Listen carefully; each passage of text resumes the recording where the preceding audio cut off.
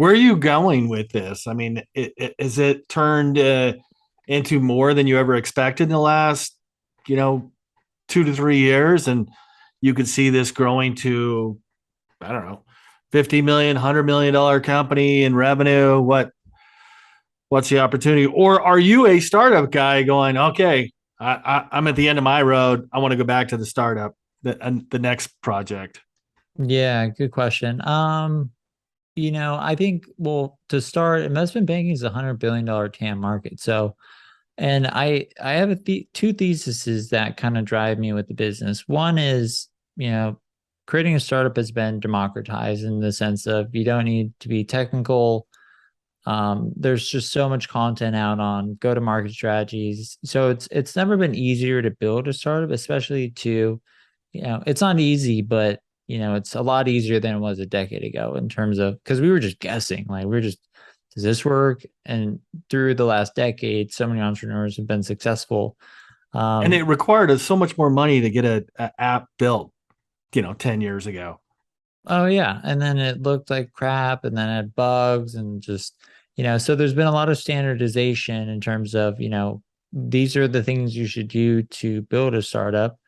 And I think a lot of entrepreneurs are going to forego the venture route and realize, you know, what I really want out of a startup is just to not worry about money. I just want to be financially secure. And the difference, like, you don't need $1 billion unless you need a private jet or something like that. Like, you're perfectly fine with like a couple $1 million, and that's truly life changing.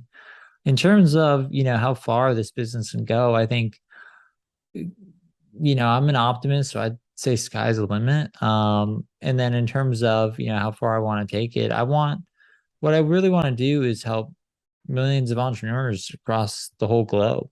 We've had acquisitions happen on every continent except Antarctica. I don't know how big of a startup scene is up there, but It's but cold.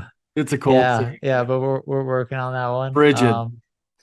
Yeah, but the main goal is we want to standardize, streamline, and just make acquisitions as easy as possible at MicroAcquire. So, we want to create basically tooling so advanced and just so easy to use that even if the deal isn't found on MicroAcquire, you still bring it into MicroAcquire to facilitate the transaction. So that's kind of the level of what we're thinking is innovating on due diligence products, innovating on legal doc creation, finding the best buyer possible. There's so many different steps in an acquisition, and each one could be an individual company. And so we're attacking each of these problems pretty aggressively. And it's a lot of fun. So I could see myself definitely running this. This is my third startup, probably my 10th, depending on what you classify as a startup. I've been an entrepreneur my whole life. Yeah, I'd say, we'll have to see, but I will say I'm having a blast running it. So Oh, good, good, good.